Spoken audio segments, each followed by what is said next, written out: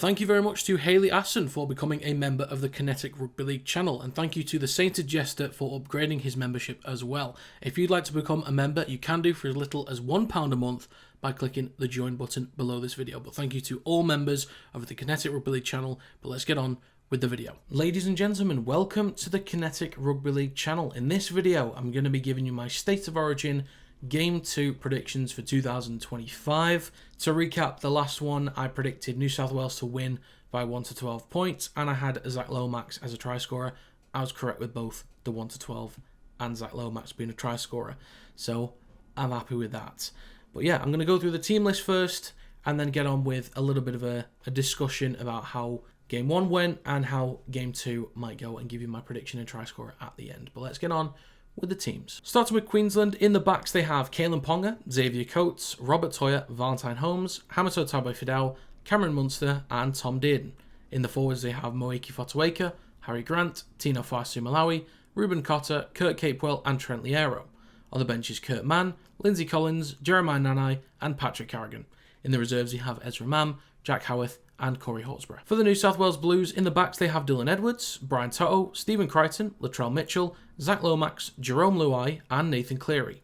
In the forwards they have Max King, Reece Robson, Payne Haas, Liam Martin, Angus Crichton and Isaiah Yeo. And on the bench is Connor Watson, Spencer Leniu, Hudson Young and Stefano Utokumanu. The reserves include Matt Burton, Kian Kalamatangi and Lindsay Smith. So the first thing I wanted to talk about was the back line for the Queensland Maroons, which is unchanged. It includes Xavier Coates, Robert Toya, Valentine Holmes and Hamaso Tabai-Fidel. Over on the left-hand side, which was Holmes and Tabai-Fidel, I don't think they were put in great positions to do much damage, but I do think Toya and Coates over on that right-hand side, I think they could do quite a bit of damage this week. Toya has played, I think at this point it's 10 or it might be 11 at this point now, games in the NRL, and there's been a good few times he's created something from nothing. He's done a really good job this year. I'll get onto defence in a second, but Xavier Coates as well, brilliant finisher, great in the air. So that right-hand side for Queensland I think is going to be really important this week, and with a new inclusion to somebody who could be helping them out over on the right, who I'll get onto as well, could allow Queensland to take a step up offensively.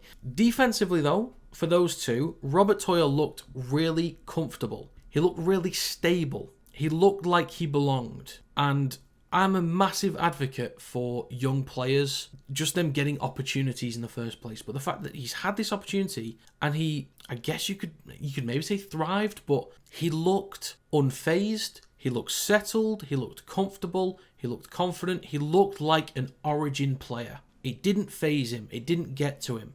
I think Toya did a really good job. He did a professional job, I think, and he had a good go in possession as well. So Toya and Coates, I think, could be a bit of a key in this game for Queensland to at least look better in possession. Getting on to the New South Wales Blues, they have a new halves partnership with Luai and Cleary. Moses was meant to be playing, but Luai comes in. Now, it's not just Luai and Cleary, it's Luai and Cleary plus Edwards plus Yeo. They've got the band back together. And I think Luai comes into this one, so I'm going to go into him, get onto him for a little bit longer. Luai comes into this as a slightly different player. We saw a few times last year for the Panthers when Cleary was unavailable, Luai would step into the 7 role and have to take on the responsibilities of a number 7. And he's taken that to the West Tigers and he's been running with it and doing a pretty decent job as well. It's not perfect by any means, but he's having to kind of change and learn and grow as a player, and he can bring that into this game. We'll see how he gets on. His ability to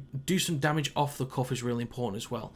One time where that was huge was for Samoa against England in the 2-match test series last year. Samoa weren't great. I know they didn't bring their greatest squad, but they still brought a lot of solid players. Samoa weren't great, but one factor that was constantly positive for Samoa was Jerome Luai off the cuff created a lot of great moments for Samoa. We've seen him do it in a Tigers jersey, we've seen him do it in a Panthers jersey, we've seen him do it in a Blues jersey and a Samoa jersey. Jerome Luai can bring a really dangerous run game over on that left-hand side with Latrell Mitchell, with whether it's Toto or Lomax. Probably going to be Toto, I think, but Angus Crichton with him as well. Getting those offloads, we saw a huge moment. I think there was a try that came off the back of it.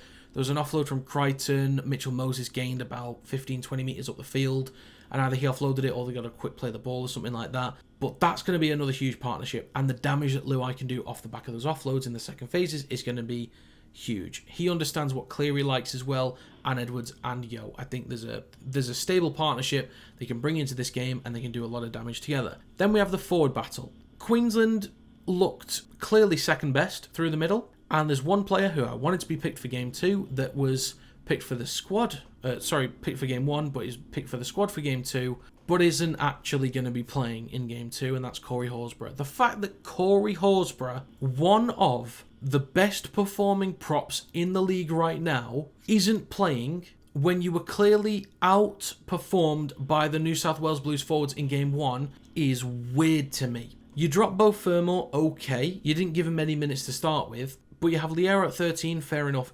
Could you not put Tino to 13 and Horsburgh at 8 or 10? Really? If the Maroons lose the battle through the middle when you could have had Corey Horsburgh, that's on you, Billy Slater. For me, before we go into this game, before this game starts, this is an obvious incorrect call. I think Billy Slater's got this one wrong, and I think Payne Haas can dominate again, and I think will. So I think the Blues forward pack could be having themselves a good day. And another thing as well, Reece Robson has Max King, Isaiah Yo, Payne Haas to work off the back of. Connor Watson can come on later and do damage himself, as well as Spencer Leniu and Stefano Utokamanu through the middle. They can build a platform. Who's the hooker relief for Queensland? Who's the effective hooker relief, I should say? Are you forcing Harry Grant to do 80 minutes here? Are you really about to force Harry Grant to do 80 minutes in State of Origin through the middle?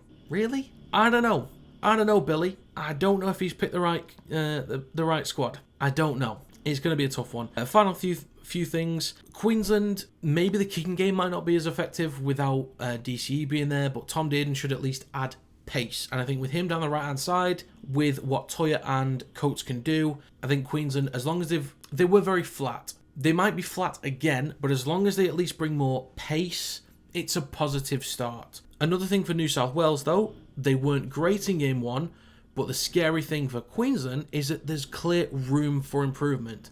New South Wales were clearly the better side, but there's clear room for improvement as well, which is kind of scary for Queensland. And the final thing is Queensland need to clean up their discipline as well. A lot of people saying that the ref was on the Blues side. If he was or wasn't, I still think Queensland need to clean up their act defensively as well. As long as they complete sets at a high rate, clean up their act defensively, they'll have a much better chance this week.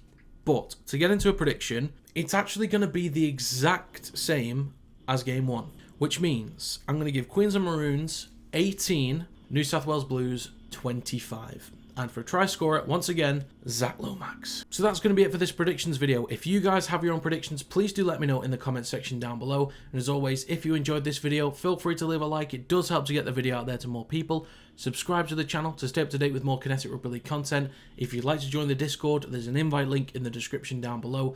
And if you'd like to become a member, you can do by clicking the join button below this video and joining for as little as £1 per month.